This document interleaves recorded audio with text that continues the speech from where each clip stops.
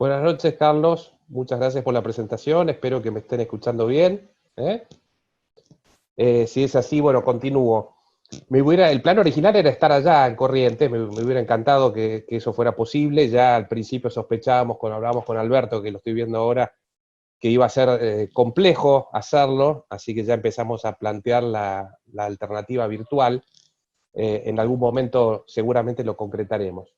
Bueno, la idea, los estaba escuchando recién en el último tramo de la exposición anterior, que estaban muy sumergidos sobre las cuestiones ya específicamente periodísticas y un tema que me parece central, la gran cuestión para la supervivencia, para la sustentabilidad de los medios en el futuro próximo y en el mediano y largo plazo, que es la relación con las empresas tecnológicas, ¿no? Allí se debate buena parte de las posibilidades de continuar ejerciendo este oficio para las empresas periodísticas tradicionales, para los periodistas en general. Pero antes de sumergirnos en lo periodístico, a lo que vamos a ir en el último tramo, me gustaría hacer un paneo más general, ¿no? de este fenómeno extraordinariamente complejo que tiene muchas aristas y que admite muchos ángulos de análisis, y me parece que es bueno repasar algunas de estos caminos para analizar la pandemia, ¿no?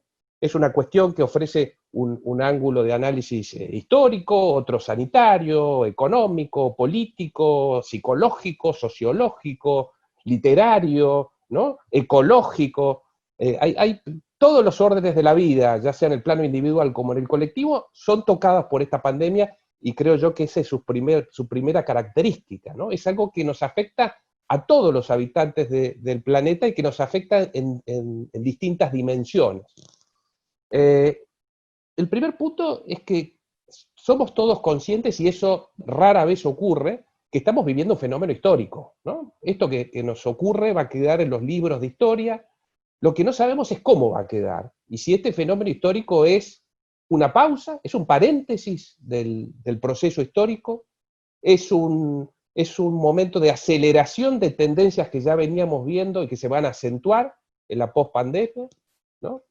O es un punto de quiebre, es un punto de inflexión, es un desvío, ¿no? Es decir, si este viaje, que es toda nuestra aventura histórica en los distintos países, en la sociedad, en las distintas épocas, ¿no? ¿Va a seguir en la dirección en que venía o vamos a cambiar abruptamente hacia otra dirección?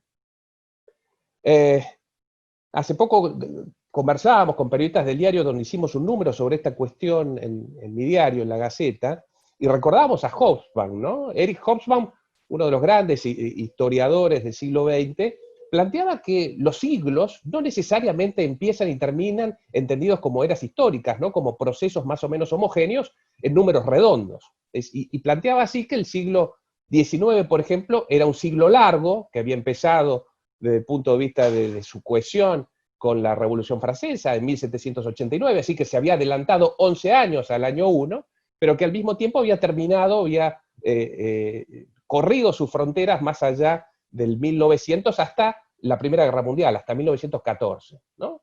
Y al mismo tiempo el siglo XX planteaba era un siglo corto, que se iniciaba con la Primera Guerra Mundial, luego teníamos la secuela de la Segunda Guerra, que iba a marcar las grandes características de la segunda mitad del siglo, con el mundo bipolar, pero que se iba a cortar antes, que se iba a cortar con la caída del muro de Berlín, con la implosión de la Unión Soviética entre 1989 y 1991, y que allí se iniciaba el siglo XXI. Pero luego hubo distintos acontecimientos que marcaban posibles inicios alternativos. El 11 de septiembre en el 2001, ¿no? Con el atentado de las Torres Gemelas y la expansión de la presencia americana en Medio Oriente y en la política internacional, y otros plantean que puede ser este el momento, ¿no? Es decir, que el siglo XXI se esté iniciando tardíamente a partir de este 2020. Pero eso nos lleva al terreno sanitario, al terreno epidemiológico, porque hay muchas dudas y pocas certezas todavía. La vacuna llegará en septiembre, como está preanunciando la Universidad de Oxford. La vacuna demorará entre 12 y 18 meses, ¿no? Como vaticinan algunos especialistas en el terreno sanitario, señalando que se trataría de un pronóstico optimista y una enorme velocidad para los tiempos habituales del desarrollo de las vacunas, o demorará más todavía. Una terapia suficientemente efectiva que aplique a un número amplio de enfermos ¿Aparecerá en el mediano plazo o todavía falta mucho para encontrarlo, ¿no? Vemos distintos experimentos con la cloroquina, el remdesivir, los antivirales, pero nada demasiado efectivo, nada demasiado concreto, nada que abarque a un universo muy significativo de pacientes todavía. ¿Habrá un rebrote o no? ¿Habrá una segunda ola? ¿Habrá una tercera ola? ¿No?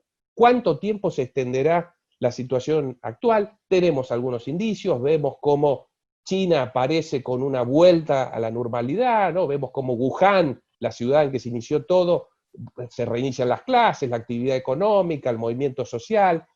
En Europa todavía tenemos incógnitas, algunas cifras que indican que se habría alcanzado un pico en Italia, en España, en Alemania, en Francia, pero todavía no sabemos si esto indica ya una declinación consolidada o aparecerán de nuevas olas de este fenómeno, ¿no?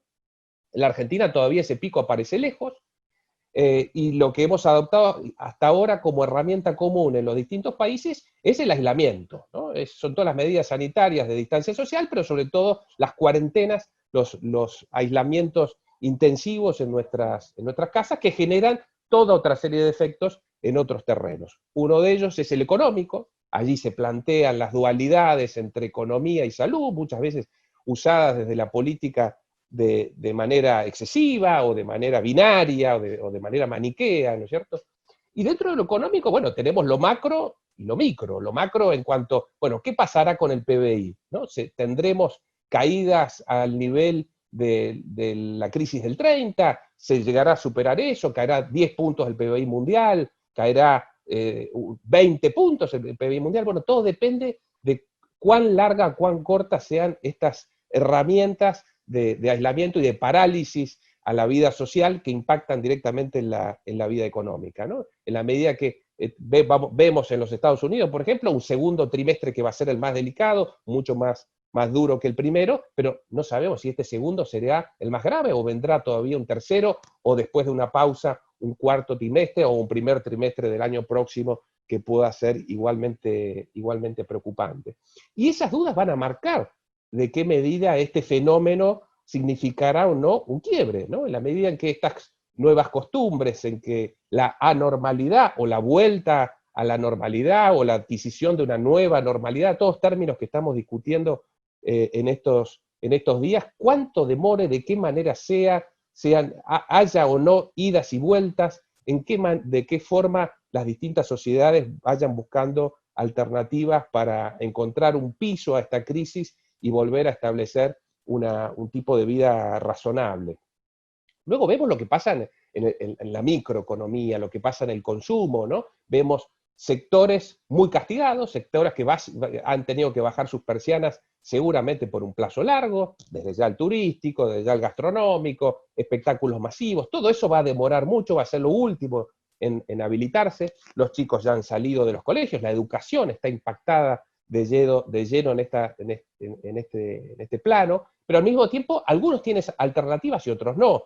La educación ha encontrado la alternativa de la virtualidad, ¿no? Distintas comunicaciones que hacen que profesores, maestros y alumnos busquen canales para continuar con las currículas con algunas dificultades, pero con algunas ventajas, herramientas que demuestran también sus virtudes en este aspecto. Al mismo tiempo, grandes competencias asimétricas, ¿no? Así como tenemos teatros cerrados, cines cerrados, bueno, la industria del entretenimiento tiene compañías como Netflix que están multiplicando sus suscripciones, ¿no? Que están multiplicando sus audiencias porque tienen cautivo a un mercado, ¿no? mucho más amplio que el habitual y con una demanda de consumo de este tipo de contenidos extraordinarios, ¿no? Al mismo tiempo, cuando se plantea el retorno de algún tipo de actividad, claro, aquí surge la vieja tensión para el consumo entre el temor y el deseo, ¿no?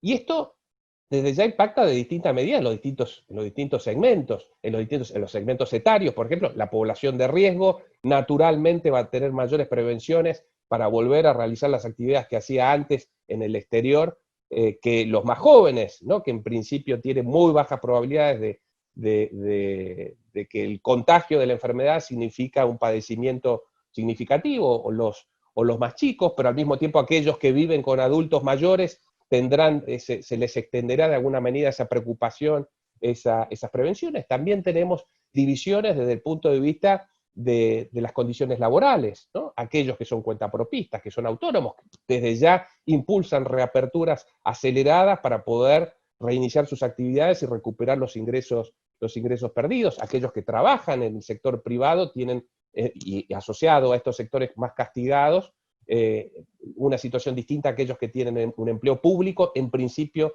con salarios más asegurados que el resto. Es decir, hay grandes divisiones, o los que tienen desde ya un empleo formal, regular, respecto de aquellos que tienen un empleo negro, por ejemplo, ¿no? Y que no tienen el amparo de la legislación laboral para evitar despidos que son prohibidos por ley para aquellos que están en regla. Desde el punto de vista psicológico y sanitario en sentido amplio, bueno, vemos que aquella dualidad entre esta división, ¿no?, entre salud y economía es relativa, ya que si lo vemos desde estrictamente el punto de vista de la salud, bueno, aquellas vidas que salvamos, Alberto Fernández en algún momento puso una cifra, dijo, prefiero salvar 40.000 vidas y perder 10 puntos del PBI. Bueno, muchos análisis, muchos cálculos de economistas, pero también de médicos, marcaban que cada punto del PBI se traduce en vidas humanas, ¿no? Hay vidas que se van a perder por enfermedades cerebrovasculares, por enfermedades cardíacas, por depresión que lleva a otras enfermedades, ¿no? Entramos dentro del terreno psicológico. Bueno, ¿qué pasa desde el punto de vista de la salud psicológica con aquellos que viven en soledad, con aquellos que están aislados, que están en familias disfuncionales, que tienen distintos problemas, que tienen que lidiar con la incertidumbre respecto de sus trabajos, de su vida social, etcétera, etcétera, ¿no? Por supuesto que siempre todo esto es difícil homogeneizar números. Cuando se habla de grandes conceptos, salud versus economía, ¿no?, parece muy fácil la resolución.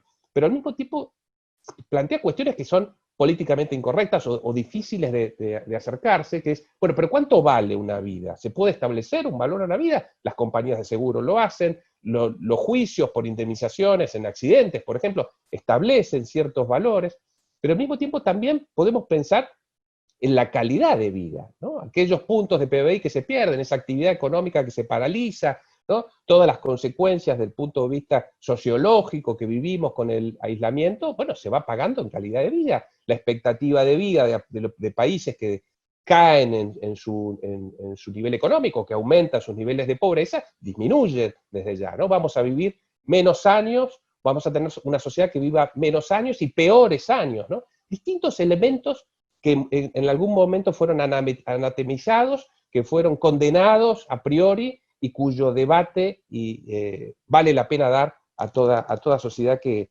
pretenda defender su libertad para pensar, para expresarse y para resolver colectivamente sus problemas, ¿no? Estas cuestiones, la sociológica, el cómo lidiar con el temor a la enfermedad, con el temor a la exposición, con el temor a las secuelas desde el punto de vista económico que tiene esto, nos lleva al terreno político, ¿no? Y sabemos que siempre el temor, el miedo, es el terreno fértil para el avance de tendencias, de propuestas, de fórmulas autoritarias, ¿no? Bertolt Brecht decía, un fascista es un burgués asustado, ¿no? Entonces, muchos aquellos que normalmente respetamos los derechos del otro, valoramos la libertad, bueno, en situaciones en que creemos que podemos perder ciertas cuestiones elementales, ¿no?, como nuestra propiedad, o más aún todavía nuestra salud, bueno, muchas veces nos inclinamos como sociedad a buscar liderazgos menos deliberativos, liderazgos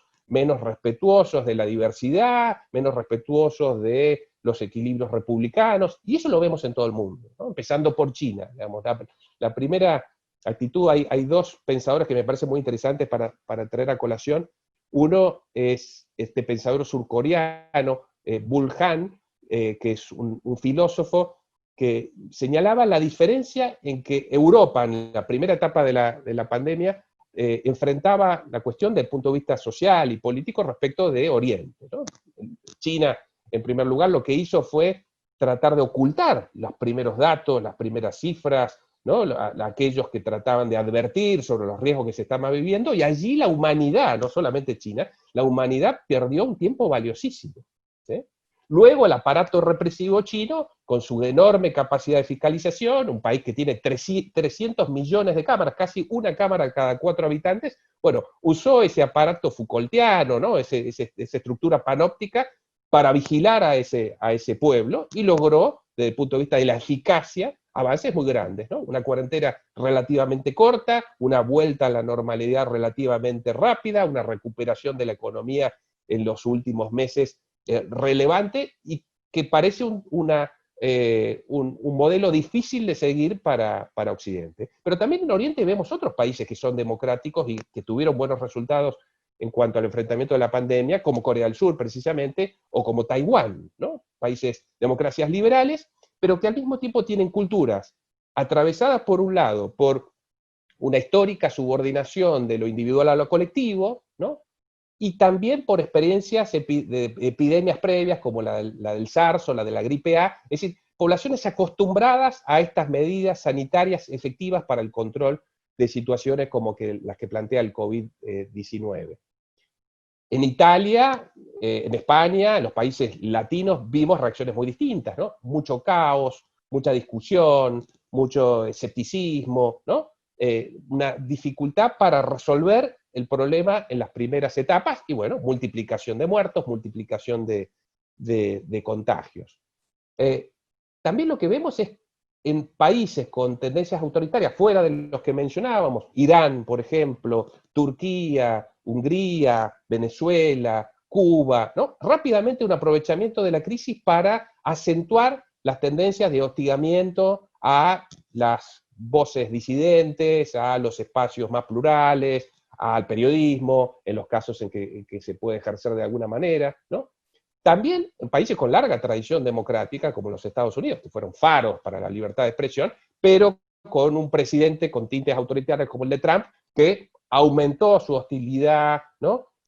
Ante cualquier planteo o crítica o duda sembrada por cualquier voz respecto de las medidas iniciales que tomaron, que se probaron desde ya demasiado riesgosas y que están pagando con los números extraordinariamente negativos que tiene, con más de 100.000 muertos y récords en cuanto a las cifras negativas de la enfermedad. Bolsonaro es el otro Trump del sur del continente que va en una línea muy similar. Y bueno, son todos modelos a los que hay que prestar atención, ¿no? Respecto de cómo procesar desde los puestos de liderazgo, desde el poder y también desde las sociedades estas cuestiones. Y el gran desafío de las sociedades liberales, de las democracias, es si podremos o no buscar una alternativa inteligente, una alternativa exitosa a la de los modelos autoritarios, ¿no? Si podremos procesar esta cuestión con debates amplios, ¿no? Con respeto a los derechos individuales, con mitigaciones muy limitadas, ¿no es cierto?, a nuestras garantías constitucionales, sin quebrar, sin vulnerar nuestro Estado de Derecho. Bueno, todo eso está en tensión, está en cuestión en estos momentos, y plantea Yuval Harari, otro de los pensadores en los que estaba pensando, un historiador israelí con 2 libros excepcionales que son Sapiens y Homo Deus, donde plantea que la gran diferencia específica que distanció al género humano respecto de los otros seres vivos, respecto de los otros animales, es su capacidad para cooperar en gran escala, ¿no? Y el desafío es si podremos desarrollar una estrategia colaborativa dentro de sociedades democráticas para enfrentar el virus. Y allí aparece el periodismo, ¿no? Aparece un elemento clave, ya que para que eso sea posible, el insumo central es la información, ¿no? Una ciudadanía informada que conoce los peligros del virus, que conoce las limitaciones que tenemos para comprender el fenómeno, que conoce cuáles son las grandes dudas, cuáles son las certezas que la ciencia nos va ofreciendo, que puede interpretar y que puede analizar conscientemente el discurso de los gobernantes, ¿no? Y que en definitiva debe asumir la propuesta que se hace desde el poder político para de manera colectiva, como sociedad, acatar esas directivas, ¿no? Como pueden ser directivas muy extremas, como la del aislamiento social, la de las cuarentenas rígidas, y luego la del distanciamiento social y los distintos protocolos de higiene en las distintas actividades que se vayan abriendo a partir de la flexibilización de las cuarentenas, si podremos, respetando los principios democráticos, respetando el juego de equilibrios republicanos, respetando los derechos y sin alterar sustancialmente el modo de vida que hemos elegido como sociedad, si podremos salir adelante y enfrentar de manera eficaz a esta pandemia, ¿no? Eso es uno de las grandes dudas, de los grandes desafíos que tenemos por delante. ¿Qué está pasando con los medios? Bueno, este hecho, decíamos, es un hecho histórico, no conocemos la envergadura, y si esto nos va a llevar a acelerar en una misma dirección, va a ser una leve pausa, o vamos a virar y cambiar radicalmente la forma en que vivíamos hasta hoy. Y también ha sido el mayor acontecimiento periodístico de nuestras vidas, ¿no? Entonces, desde un primer momento, cuando la epidemia empezó a expandirse, cuando tocó ya las costas europeas y veíamos que rápidamente se podía replicar en nuestras costas, cuando vimos que se acercaba aún más, cuando vimos ya los números de países como Brasil y finalmente los primeros casos, ¿no? Y la expansión en marzo y las medidas ya extremas y prematuras y oportunas y exitosas, al menos desde la lectura que podemos hacer desde el punto de vista estrictamente sanitario a esta altura de una cuarentena precoz a partir del 20 de marzo. Bueno, eso planteó en primer lugar un desafío operativo mayúsculo, ¿no? Cómo empezar a cubrir este fenómeno del que todos formamos parte, ¿no? Que altera radicalmente nuestra agenda, que hizo que nuestro pasado se alejara extraordinariamente, es decir, todos los temas que nos parecían claves de la agenda periodística, política, económica, etcétera, hasta principios de marzo carecieron de valor o fueron muy relativizados. Cómo incorporar esta nueva agenda, cómo hacerlo en un presente que se expandía y en un futuro que se desdibujaba por la dificultad para hacer pronósticos y la concentración de nuestra atención en el cortísimo plazo, cómo empezar a trabajar de manera remota, ¿no? El 70, 80, hasta 90% de las redacciones de los medios periodísticos tuvieron que empezar a trabajar de manera remota, desde sus casas, ¿no? Como editores, directivos, desde eventualmente de las redacciones o desde sus propias casas, coordinar el trabajo de otros periodistas que estaban, columnistas, que algunos estaban en sus casas, pero muchos fotógrafos y cronistas desde las calles, cómo instalar rápidamente protocolos de higiene y de seguridad, cómo concentrarse también de la parte del punto de vista productivo, ¿no? De la tecnología en los medios audiovisuales a la parte ya más específicamente de producción de un diario, por ejemplo, para seguir saliendo, cómo garantizar la distribución de esos productos por canales seguros. Bueno, todas cuestiones que debimos resolver de un día para otro, y al mismo tiempo sí lo que vimos es una enorme aceleración de una tendencia, ¿no? Ya escuchaban en las charlas anteriores cómo que marcaban esta huella que tiene el periodismo en esta era, que es la digitalización, ¿no? Cómo moverse hacia las nuevas formas de consumo de información, los nuevos mecanismos que tenemos para comunicarnos y en una sociedad en la que todos tenemos dispositivos en nuestras manos para, entre otras cosas, consumir información. Bueno, todo eso que ya veníamos viendo y que tuvo ciertos momentos de aceleración, como pudo haber sido el mediado de los 90 con la expansión de las ediciones online, casi todos los medios del mundo, año 95, 96, 97, sacaron sus ediciones online, la aparición del teléfono inteligente en el 2007, la aparición de empresas como Facebook 2004, que cambiarían radicalmente las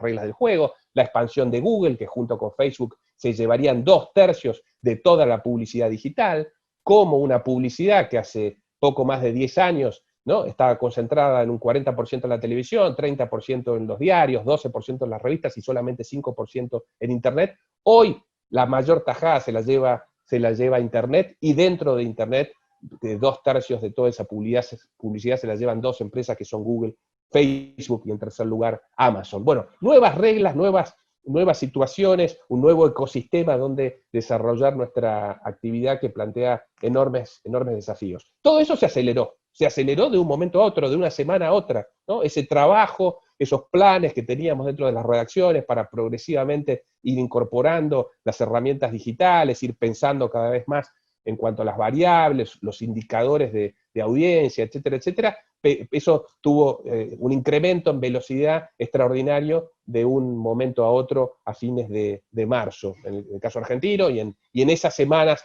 más o menos en los distintos países del mundo. ¿Qué pasó con la audiencia? La audiencia explotó. La audiencia tuvo un crecimiento promedio de más de un 50% en todos los medios digitales del mundo. Entonces nos encontramos primero con el número, en cantidad de visitas, en visitantes únicos, en usuarios, ¿no? En soportes, en dispositivos, se multiplicó de un momento a otro, pero también se multiplicó la atención, ¿no? La cantidad de tiempo, la intensidad, los niveles de demanda, los niveles de ansiedad de una población que requería información, que requería contenidos periodísticos para saber qué estaba ocurriendo y en base a eso empezar a tomar decisiones respecto de su vida, respecto y empezar a elaborar una visión respecto de las diversas consecuencias que iba a tener en todos los planos este fenómeno, ¿no? Entonces, eso multiplicó desde ya nuestra obligación con la audiencia y nos obligó a reforzar lo que hicimos siempre, reforzar nuestros protocolos. El chequeo de la información pasó a ser más importante que antes. El peligro de la desinformación, de las noticias falsas,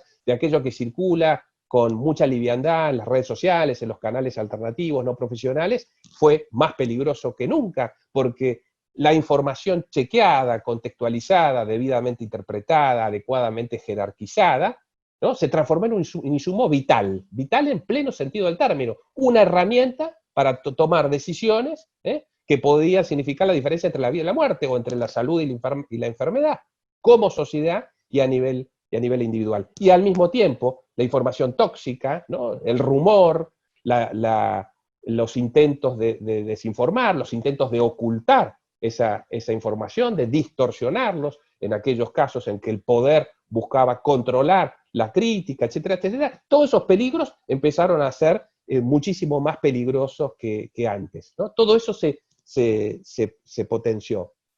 Pero al mismo tiempo vivimos una primera paradoja dentro de los medios de comunicación, algo de lo que se estaba conversando en el seminario hace algunos minutos, que es, claro, se derrumbó la publicidad, ¿no? Muchos medios vivimos exclusivamente de la publicidad, predominantemente de la publicidad, o en buena medida de la publicidad, aquellos que tienen ejemplares físicos, como las revistas, los diarios, o suscripciones digitales, o algunos canales alternativos de ingresos, como pueden ser eventos, o puede ser la educación, o puede ser contenidos patrocinados, etcétera, etcétera. Distintos caminos que la industria periodística ha ido buscando para lograr sustentabilidad. Pero la publicidad sigue siendo un elemento extraordinariamente relevante para la viabilidad del negocio. Bueno, esa publicidad, de una semana a otra, en el caso de la Argentina, repitiendo lo que pasaba a nivel global en la mayor parte de los países, cayó casi un 50%. La mitad de la publicidad desapareció de las ediciones digitales, de los canales de televisión, de las radios, etcétera, etcétera. En primer lugar, bueno, porque buena parte de los auspiciantes perdieron la posibilidad de seguir desarrollando su actividad, ¿no? Fueron considerados actividades riesgosas o no esenciales, con lo cual cerraron sus puertas. Muchas otras consideradas dentro de las actividades esenciales pudieron funcionar de manera limitada, ¿no? Y algunas pocas pudieron seguir funcionando con demandas importantes, como puede ser supermercados, alimentos, ¿no? Por lo esencial que implica eso, pero con estrategias de compra, de consumo muy distintas, ¿no? Los productos centrales empezaron a venderse por sí mismos, sin necesidad específica de promociones, ¿no? Las segundas marcas por la cuestión económica, aquellas cuestiones elementos que se podían estoquear, los productos de limpieza fueron los grandes ganadores, por ejemplo. Al mismo tiempo, también lo que vemos es que los jugadores digitales fueron los grandes ganadores o los grandes privilegiados, entre comillas, de la situación, ¿no? Netflix, Spotify, todos los sistemas Amazon, de sistemas de suscripción digital, volaron en cuanto al valor de sus acciones, en cuanto a la cantidad de sus suscripciones, la cantidad de las transacciones dentro de esas plataformas, a nivel local, Mercado Libre, por ejemplo, ¿no? Todos herramientas que ya eran muy fuertes, pero que se potenciaron, se multiplicaron con la pandemia. Pero los medios, bueno, como les decía, de pronto tuvimos que adecuar nuestro funcionamiento, cambiar y acelerar nuestra digitalización, empezar a aprender a trabajar con mecanismos nuevos, ¿no? Reuniones virtuales, coordinaciones virtuales, afrontar una demanda de audiencia extraordinaria, ¿no? Pero al mismo tiempo muy focalizada en una sola cuestión. Casi todo el mundo tenía su atención de manera casi exclusiva o preponderante en el coronavirus, pero al mismo tiempo con ingresos muy debilitados, ¿no? Con un modelo con muchas dificultades para seguir funcionando en esas circunstancias.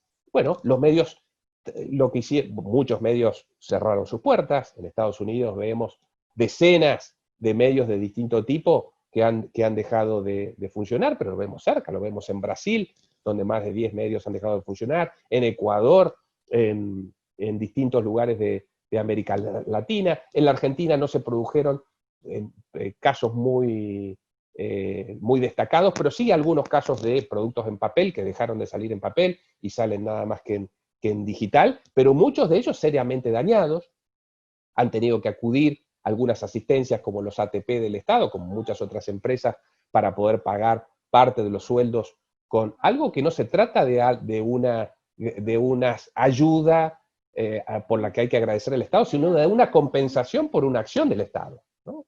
Por una determinación del Estado que estableció que dejen de funcionar una serie de actividades o que lo hagan de manera limitada otras, o perjudicando a los auspiciantes de los medios, en nuestro caso. Bueno, esto forma parte de esta compensación que el Estado debió hacer, pero todo eso son paliativos que ayudan a flotar un tiempo más, pero desde ya la supervivencia, la sustentabilidad, la viabilidad, el largo plazo de la industria de los medios está puesta en duda y está muy, muy debilitada, ¿no? Pero al mismo tiempo, claro, está el problema de la libertad detrás de todo esto, ¿no? La libertad en general y de una de sus especies, que es la libertad de expresión, y dentro de ella la libertad de prensa, porque ahí se instala otro falso dilema, ¿no? Así como decíamos que era forzado o maniqueo, binario, plantear una división tajante o una disyuntiva, ¿no? Una elección para la sociedad entre salud y economía, lo mismo ocurre si lo planteamos entre salud y libertad, ¿no?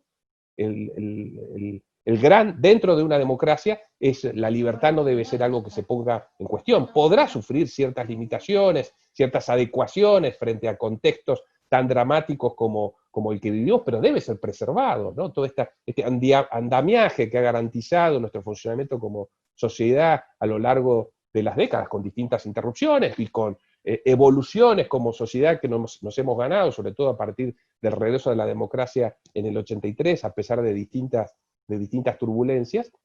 Bueno, esta libertad que hemos sabido cuidar con errores, pero también con aciertos, debe poder vivir, ¿no? De manera armónica, convivir con las normas sanitarias, con la salud, ¿no? Porque en la medida en que ataquemos esa libertad, bueno, lo que se daña también es la salud, en términos metafóricos, la salud institucional, la salud de una población en términos de sus derechos y demás, pero también la salud en el estricto sentido del término, ¿no? Aquellas sociedades donde las libertades son restringidas, son acosadas, son combatidas desde el poder, desde distintos sectores, bueno, tienen una serie de secuelas desde el punto de vista de la calidad de vida, desde el punto de vista de las muertes, desde el punto de vista económico y desde ya de la salud institucional de toda sociedad, de todo país, ¿no?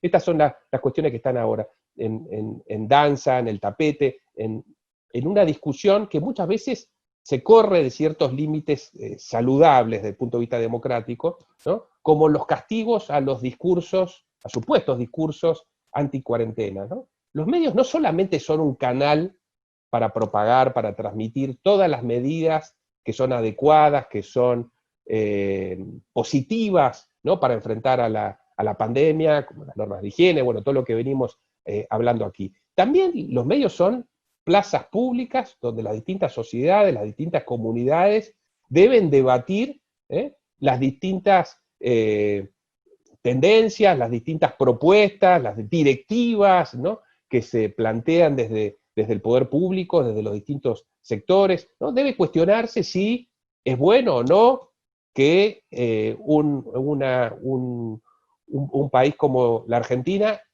alargue o no su cuarentena, libere, flexibilice o no ciertos sectores, ¿no?, coarte o no ciertos derechos, ciertas libertades. Esa discusión es una discusión posible, es una discusión saludable, es una discusión válida, es una discusión necesaria, ¿no? Y los medios son, entre otras cosas, el espacio donde esos debates se pueden dar de manera orgánica, de manera racional, de manera respetuosa, y los medios también, los periodistas, debemos advertir cuando se empiezan a cruzar esos límites, estigmatizando a quienes hacen esos planteos, ¿no?, escrachando o usando el poder del Estado para tratar de intimidar, para tratar de presionar, ¿no?, para castigar eventualmente a aquellos medios, a aquellos periodistas, a aquellas voces, a aquellos espacios desde la política, desde distintos sectores de la sociedad que puedan plantear su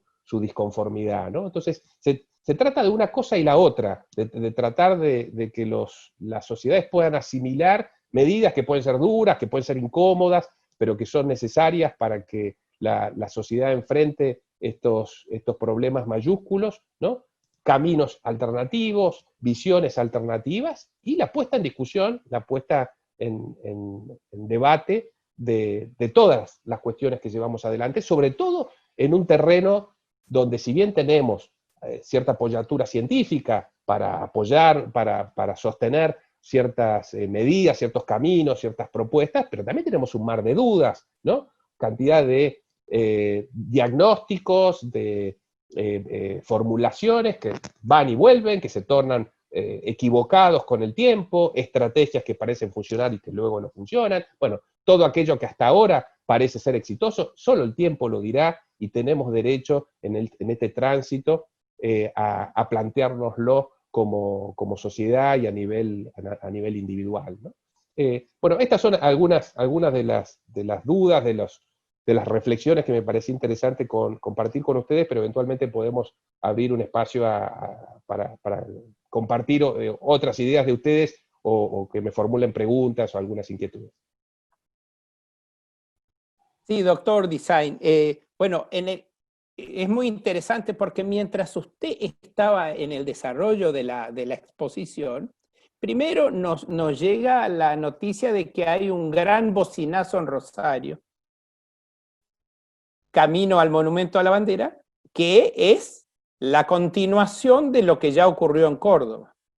Es decir, que no es un episodio, no es una cuestión solamente episódica, sino puede ser algo más. Y en ese contexto tengo dos preguntas que tienen bastante que ver con esto. En primer lugar, la pregunta es del presidente de la Fundación Club de la Libertad, Alberto Medina Méndez, que le plantea si piensa que puede haber restricciones o problemas con el tema de la libertad de expresión en Argentina en estas épocas de pospandemia, y además teniendo en cuenta que el año que viene es un año electoral. Desde ya, ¿no?, las amenazas sobre la libertad de expresión están presentes en todo el mundo, en todas las sociedades, sobre todo en circunstancias como las actuales, donde vemos que se agudizan, que se acentúan todas las tendencias intolerantes, ¿no? Y a esto me refiero, ya sea desde el poder o desde distintos sectores de la política, de la sociedad, y eso es siempre peligroso.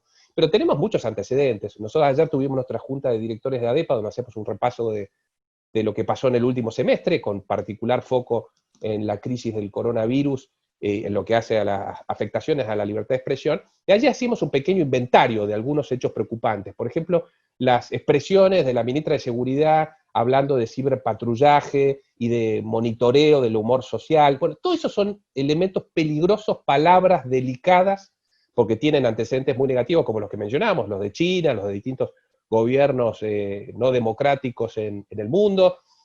Luego, los distintos planteos del uso de datos privados, ¿no?, que desde ya, con propósitos sanitarios elementos que tienen que ver con la eventual inmunidad, con la eventual contagio de ciertas personas, de ciertos sectores, de ciertas áreas, son todos datos claves para la planificación sanitaria, pero todo eso hay que hacerlo con muchísimo cuidado, sin tratar de vulnerar, ¿no es cierto?, la privacidad, cuando no sea inevitable hacerlo con un propósito superior, ¿no? Entonces, siempre resguardando esos derechos que todos tenemos, que muchas veces no somos muy conscientes, pero que, como ya sabemos, las libertades se valoran cuando se pierden, ¿no? Y muchas veces estos atropellos se transforman en fronteras de las cuales es difícil volver atrás, o que la sociedad muchas veces empieza a naturalizar.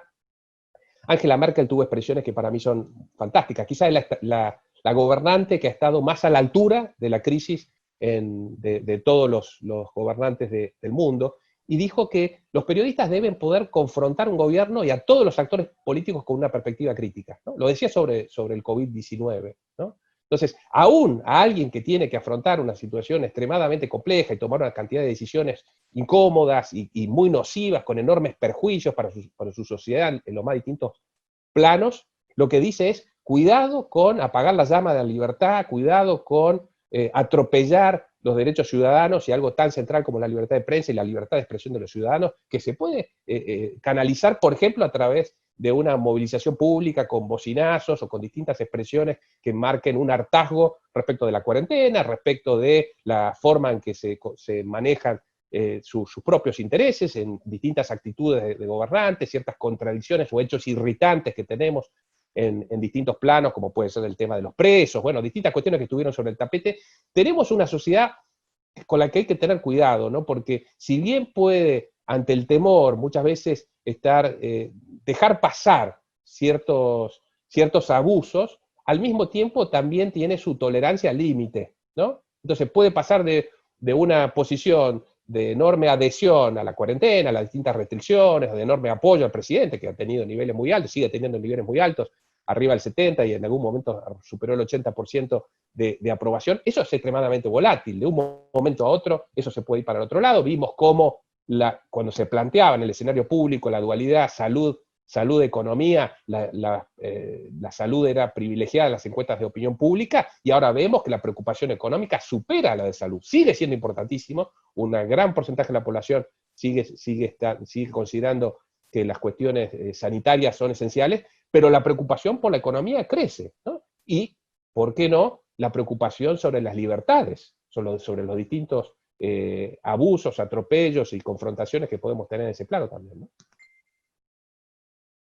Dígame, doctor, ¿usted ha visto en este tiempo, especialmente en este tiempo de pandemia, que de una manera u otra coincide con el nuevo gobierno? Porque el nuevo gobierno termina las vacaciones, termina la luna de miel y comienza la pandemia. Así que en realidad la pandemia y el gobierno vienen juntos, ¿no? Sin que la analogía sea aunque pueda parecer risueña la analogía. ¿Usted ha visto que en general se haya restringido ¿cómo podríamos decir?, la investigación periodística y la publicación de ciertas investigaciones periodísticas se haya visto afectado? ¿Usted ha percibido algo?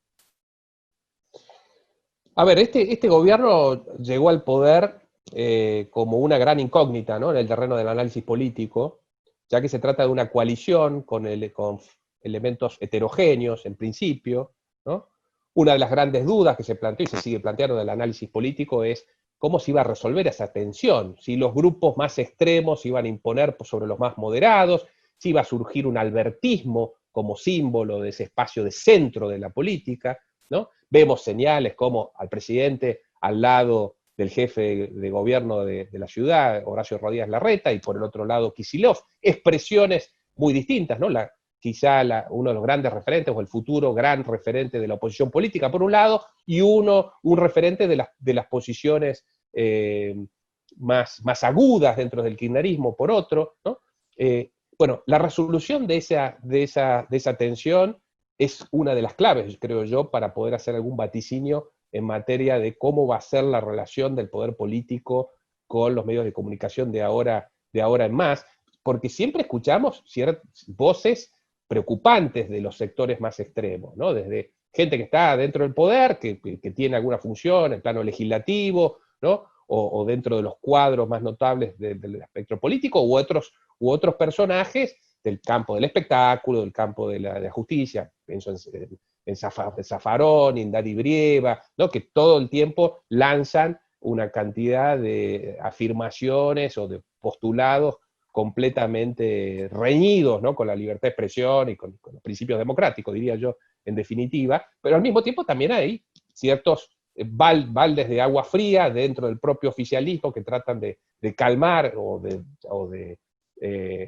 quitarle relevancia a esas posiciones, ¿no? Proyectos como la de la diputada Vallejos diciendo que la compensación a la compensación de aportes que hace el Estado debería resolverse con el apoderamiento del Estado de un porcentaje de las empresas privadas, por ejemplo, y el presidente descalificándolo, quizá tardíamente, se demora un poco, pero finalmente lo hizo, y hay que destacarlo, esas posiciones. Entonces, ahí vemos esta pendularidad, digamos, que nos hace mirar sin poder hacer un diagnóstico definitivo respecto de cuál va a ser la marca de este gobierno, que sin duda va a estar asociada a la resolución o a la forma en que vaya procesando la crisis del coronavirus, que ha sido casi contemporánea con su debut dentro de la gestión, ¿no? Yo creo que las tensiones se le van a plantear con más dureza desde allí, porque la economía sin duda va a sufrir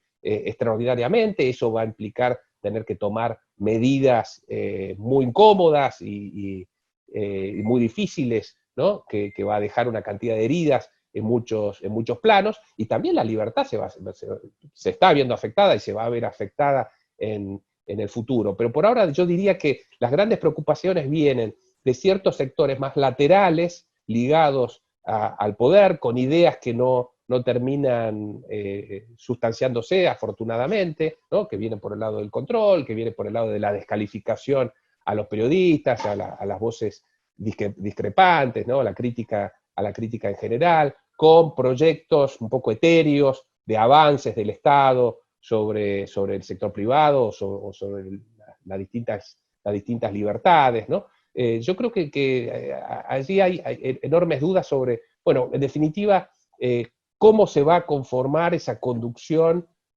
quién se va a terminar de imponer, se imponerá el centro democrático dentro, no solamente del oficialismo, sino también de la oposición, o serán los extremos los que terminen ganando en su política de polarización de la sociedad, ¿no? Y en definitiva atropellando ciertas libertades básicas. Ese es uno de los grandes dilemas. Y la realidad tiene mucho que ver con eso, ¿no? Siempre las posiciones más extremas, bueno, encuentran terreno fértil en el clima social, ¿no? A la medida que las dificultades aumenten, en que los ganadores y los perdedores de todo esto, ¿no? Se marquen diferencias más grandes, ¿no? En la medida en que los límites de tolerancia sean cada vez más estrechos, que los castigados, que los otros muertos, más allá de los estrictamente sanitarios, como pueden ser las empresas, como pueden ser los individuos del plano económico, en el plano del punto de vista social, del punto de vista psicológico, etcétera, etcétera, que se deteriore todo eso, bueno, eso va a generar un caldo de cultivo complejo, donde normalmente las posiciones más extremas encuentran un terreno en el que pueden germinar esas posiciones, pero el gran desafío es tratar de resolverlo, de procesarlo dentro del plano democrático, del plano más tolerante, más amplio, más liberal en el amplio sentido del término, y poder efectivamente asumir el desafío que tiene toda democracia, ¿no? Es de debatir, decidir y resolver sus diferencias y de elegir un destino común dentro de este gran diálogo que es toda democracia. Doctor Dicen, yo quería preguntarle, yo recuerdo haber trabajado con la gente de ADEPA hace 20 y pico de años, 30 años, y ADEPA era una organización muy ceremonial, señorial, con grandes diarios, con diarios del interior, de alguna manera con temas de preocupación muy rudimentarios, el tema de la libertad de expresión, muy respetable, el tema del papel para el diario, bueno, todas esas cosas que pasaban en aquellas épocas.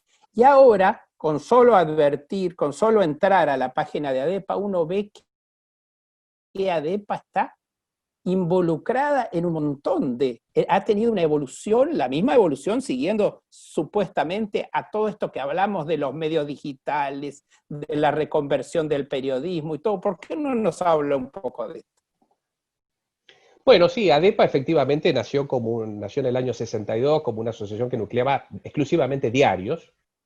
Y, claro, nació en la mejor década para el periodismo gráfico en la Argentina. Los récords de circulación de ejemplares vendidos se batieron en el año 68 y en el año 69. Los 5 diarios de mayor circulación en la Argentina vendían más de 2 millones de ejemplares. Hoy todos los diarios de la Argentina, que son 120, no venden un tercio de esa cifra, ¿no? Entonces, eso marca el cambio de esa industria. Y ADEPA con el tiempo, a partir de la irrupción de las nuevas tecnologías, de los medios digitales y demás, dejó de ser la asociación que representaba a la prensa, al periodismo gráfico, para transformarse en una asociación representativa de todo tipo de medios, ¿no? Entonces aparecieron los que se llaman los nativos digitales, los medios que nacieron con Internet, aparecieron radios, aparecieron canales de televisión, agencias de noticias, otros asociados estratégicos vinculados al sector, es decir, empresas de distintos sectores, del sector de la finanza, del sector de la tecnología, que tienen alguna vinculación o que tienen una posición de apoyo abierto a la libertad de prensa. Bueno, se armó una comunidad mucho más amplia, mucho más diversa y con grandes jugadores mucho más débiles, con competencias totalmente distintas, ¿no? Hoy ya las grandes competencias de los medios no es en los medios entre sí, no es si Canal 9 le gana a Canal 13 o si Clarín le gana a La Nación, sino qué hace la industria frente a jugadores que individualmente tienen un tamaño superior al de toda la industria periodística, como puede ser Google, como puede ser Facebook, ¿no? Que tienen ganancias anuales por decenas de miles de millones de dólares, ganancias que están en el orden de un país como el PBI de Uruguay, ¿no? Es la facturación que tiene una gran tecnológica en el mundo. Entonces se presentan grandes asimetrías que generan desafíos no solamente a la industria de los medios, sino a la política, ¿no? a las libertades en general. Todo eso está en cuestión en este momento. Vemos como Trump hoy, declaraciones de hoy, está planteando una moción de censura frente a Twitter y frente a las tecnológicas en general, ¿no? A mí me tocó estar el año pasado en Silicon Valley, yo estaba viviendo la sede de Facebook y estuve en una charla con el número 2 de Google cuando llegó la directiva de la Unión Europea estableciendo que las tecnológicas deben pagar por derechos de autor. Bueno, es una cuestión vital, ¿no? Si los contenidos periodísticos que circulan, lo que se venía hablando en este seminario, que circulan en las plataformas tecnológicas y por las cuales no recibimos ningún tipo de remuneración o una remuneración residual eventualmente por alguna asociación del punto de vista comercial que es completamente marginal, ¿no? Si no se reconocen esos derechos, el derecho de propiedad intelectual, bueno, la industria tiene muy pocas posibilidades de mantener un modelo sustentable, ¿no? Entonces ahí hay una gran pelea en pleno desarrollo, discusiones que están hoy, legislación que está avanzando en Europa, que está avanzando en Australia, discusión que está hoy presente en los Estados Unidos, pero que también incipientemente lo está en los países de América Latina y en la Argentina. Bueno, ADEPA está presente allí, con una relación de ida y vuelta con las tecnológicas, porque Google, por ejemplo, es un socio institucional de ADEPA, ¿sí? Facebook es otro socio indirectamente institucional de ADEPA, porque tenemos una relación de amigos y enemigos. ¿Por qué? Porque colaboramos, por ejemplo, para combatir las noticias falsas, colaboramos para promocionar el periodismo. Google acaba de lanzar un plan de 300 millones de dólares para sostener a pequeñas publicaciones en medio del coronavirus, pero al mismo tiempo se apropian de nuestros contenidos, se llevan nuestra publicidad, generan una competencia absolutamente desigual. Bueno, otro de los grandes temas que está presente en ADEPA, es decir, el eje ha cambiado, pero hay muchas cuestiones que siguen presentes. La defensa de la libertad de prensa sigue apoyándose sobre los mismos preceptos, sobre muchas normas plenamente vigentes como los tratados internacionales, el Pacto de San José de Costa Rica, nuestras garantías constitucionales básicas, todo eso sigue siendo plenamente vigente, pero a veces necesita ciertas relecturas, ¿no? Por ejemplo, el presidente de la Asociación de Medios de Estados Unidos, de la News Media Alliance, que se llama David Chavern, planteaba que, claro, cuando se planteó la primera enmienda a los Estados Unidos, ¿no? La gran piedra base de la defensa de la libertad de prensa en Estados Unidos, o el artículo 32, planteando límites a que el Congreso no puede dictar leyes que restrinjan la libertad de imprenta, y por extensión, con una lectura dinámica, la libertad de expresión, ¿no? Lo que decía es, bueno, cuando pensamos en los reguladores, pensamos en los congresos, en los poderes legislativos, que no dictaran leyes para limitar la libertad de expresión. Hoy los reguladores, de hecho, son Google y Facebook. Es otra la dinámica. Son jugadores que pueden torcer una elección, que pueden hacer que un hombre como Trump llegue al poder, y que alguien como Hillary Clinton pierda una elección, y que por lo tanto el destino de la política internacional y en definitiva de la humanidad pueda torcerse porque se canalizaron noticias falsas, campañas de desprestigio, de desinformación, ¿no? De uso de datos privados para torcer la voluntad popular. Es decir, en definitiva, el proceso electoral, la forma tal cual concebíamos nuestras democracias, tienen que ser repensadas a la luz de la intervención de las grandes plataformas. Todas grandes discusiones que ofrecen muchísimas aristas, y bueno, son de ese tipo de debates que hoy tenemos en ADEPA. Le hago la última pregunta. Ahora sí. Usted sabe que nosotros estamos en el interior y bueno, y usted también. ¿Cómo lo ve el tema de la utilización, no en el pasado, que ha sido aberrante, sino en el presente y cómo lo ve en el futuro, al tema de la utilización de la pauta oficial para disciplinar los medios? Bueno, la pauta, yo decía, a mí me tocó ser presidente durante el kirchnerismo, ¿no? Y en esa época repetía mucho que la pauta oficial era el mayor combustible para cooptar, para intentar castigar, para premiar, para construir gigantescos aparatos comunicacionales para sostener un discurso único desde el poder, para intimidar y sacar de juego a aquellos que tenían una ventaja competitiva distinta porque no recibían esa pauta, ¿no? Algo que se usó y forma parte de lo que se llaman los mecanismos de censura sutil, los mecanismos de censura indirecta, ¿no? Es decir, herramientas que no son tan ostensibles como los ataques más espectaculares. Los grandes ataques siempre llevan la tapa de los diarios, ¿no?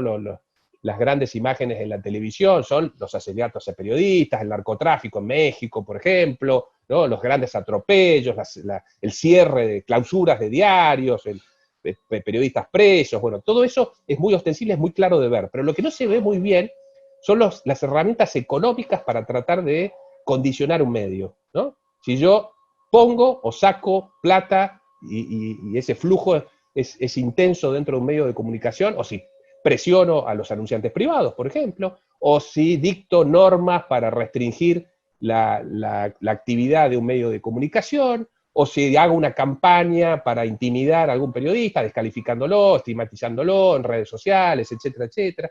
Todos elementos más laterales, más yo llamo una censura disfrazada, ¿no?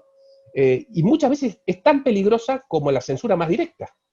Muchas veces el daño que produce en la libertad de prensa, la calidad democrática de una sociedad, este tipo de mecanismos, es mayor que el asesinato de un periodista, que desde ya es dramático para su familia, para la propia víctima, es una vida cercenada, pero muchas veces las consecuencias de que todo un sistema de medios privados, de que la crítica no pueda encontrar los canales adecuados, de que la sociedad no pueda debatir y plantear diferencias con sus gobernantes, que en definitiva los ciudadanos no puedan saber cómo se administran sus propios intereses, ¿no? Las consecuencias de todo eso muchas veces son peores que aquellos ataques más espectaculares. Desde ya la pauta es una herramienta muy, muy compleja para la libertad de la pauta privada, la pauta pública me refiero, para la libertad de expresión, y en el interior, que usted me pregunta, y bien lo hace, sobre todo en aquellas provincias donde hay poca,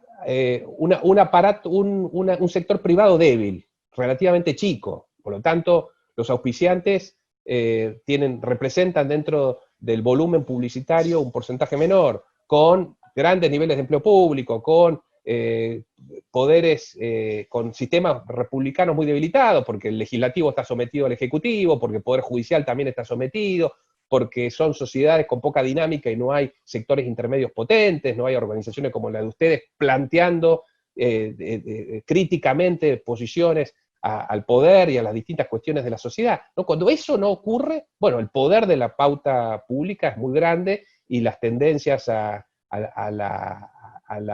disciplinamiento y a la desaparición de voces alternativas es superior, y es un riesgo que permanentemente hay que ver. Pero al mismo tiempo el Estado sí debe apoyar a los medios, porque si uno repasa lo que pasa en las democracias modernas, ¿no? Allí vemos que países como Noruega, como Suecia, como Inglaterra, Francia, Alemania, democracias potentes, en todos ellos hay herramientas de asistencia al Estado, porque son estados o gobiernos como el de Angela Merkel, que comprenden que el periodismo es una herramienta esencial, indispensable, necesaria para la dinámica democrática, y sin el cual sus propios gobiernos no tienen legitimidad. Un gobierno sin una prensa libre, un gobierno sin un periodismo pujante y dinámico, no es un gobierno legítimo desde el punto de vista democrático, ¿no? Entonces, en todos esos países hay programas de asistencia, ¿no? A veces se hace desde la comunicación pública, pero siempre con reglas claras. Tiene que ser transparente, es lo que dicen los estándares interamericanos. Si vemos lo que dice la Comisión Interamericana de Derechos Humanos, siempre señalan lo mismo desde la Relatoría de Libertad de Expresión. Transparencia, la gente tiene que poder saber cómo los recursos públicos se usan, y específicamente la pauta oficial, y pautas claras.